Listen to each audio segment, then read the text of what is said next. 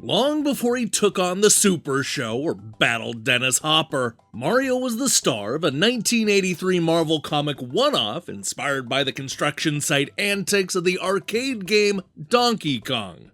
With today being Mario Day, I thought it might be fun to take a look back at Mario's very first appearance in comic form. We're gonna dive into its history, the importance, and of course, the actual story, giving us a fun glimpse into the world of Donkey Kong at a time before most of Mario's lore had been written. I sure hope you brought a hard hat, because you're gonna need one when we uncover the unexpected tenderness of Mario's first comic book.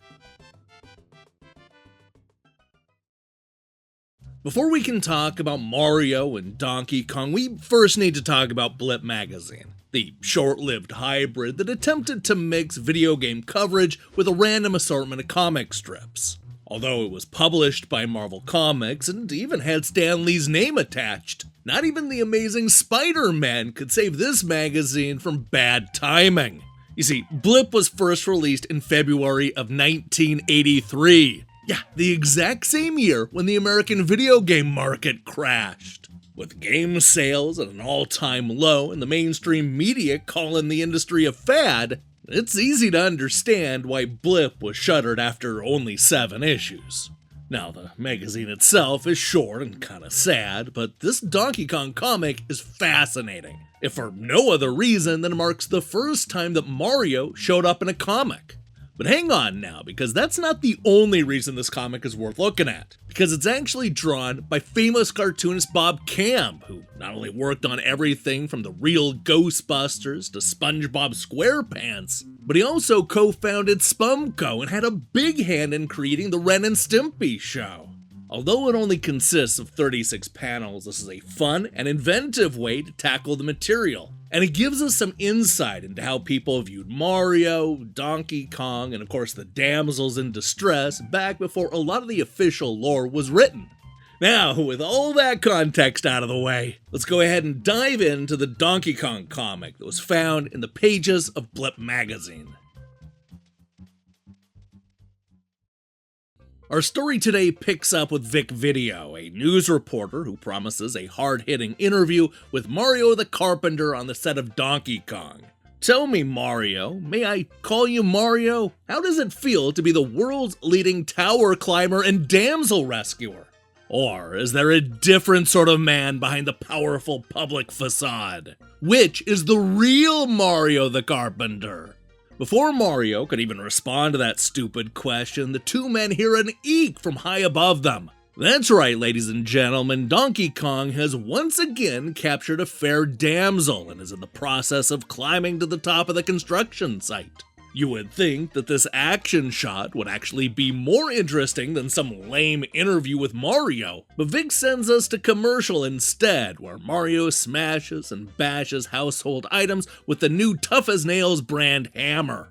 We now join our feature rescue already in progress. While Mario dodges barrels and climbs ladders, Vic is pressing him on the origins of Donkey Kong's name. But where's the donkey? What are you trying to hide here? Mario tries to explain that it's because he's not very bright. Also, you might want to move before somebody gets hurt. You're on a construction site and nobody's wearing a hard hat here. So tell me, Mario, what is in this for you? Is it the danger, the thrill of the hunt, the girl? I don't even know the girl, Mario explains, while a member of Vic's crew is crushed under a couple of barrels. You know, just like Mario said would happen. Donkey Kong has certainly proved himself to be no friend of the press. Now that Mario has made his way to the top and that damsel in distress is within arm's reach, Vic asks the important question. The girl means nothing to you? Then why do you risk your life and limb for her? Why has Donkey Kong got her in the first place? Look, Mario isn't interested in this interview because he's too busy making out with the blonde-haired damsel that he just rescued. She doesn't even get a name in this comic. Now, it's while conducting the interview that Donkey Kong swoops down and nabs Vic Video, giving him a rare opportunity to speak to an enigmatic figure. He asks about Donkey Kong's intelligence while getting plopped down on the platform where the damsel in distress normally goes. Do you feel that mistaking me for the damsel reinforces your reputation for stupidity?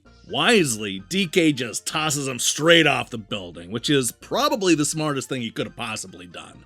But before Vic Video, signs off, Mario swoops in to save the day. In an effort to save me, Mario the Carpenter has hurled himself off a high beam to certain doom. A brave but futile gesture. However, the heroism somehow works, saving the annoying reporter who wonders how that was even possible. Channeling his inner Parappa the Rapper, Mario calmly explains that you just have to believe in yourself, that's all. Just believe in yourself. Simple wisdom from an uncomplicated man. No wonder he's such a great American. But watch out, because Donkey Kong has once again captured the nameless woman, leading Vic to narrate that the brutal gorilla has lost 2 battles, but he's still trying to win the war. Considering that he murked that lighting guy, I would argue the DK already has at least 1 point on the board. Now, it's wall getting kicked by the cameraman when Vic finally asks a good question. Where did you get your experience fighting apes at construction sites?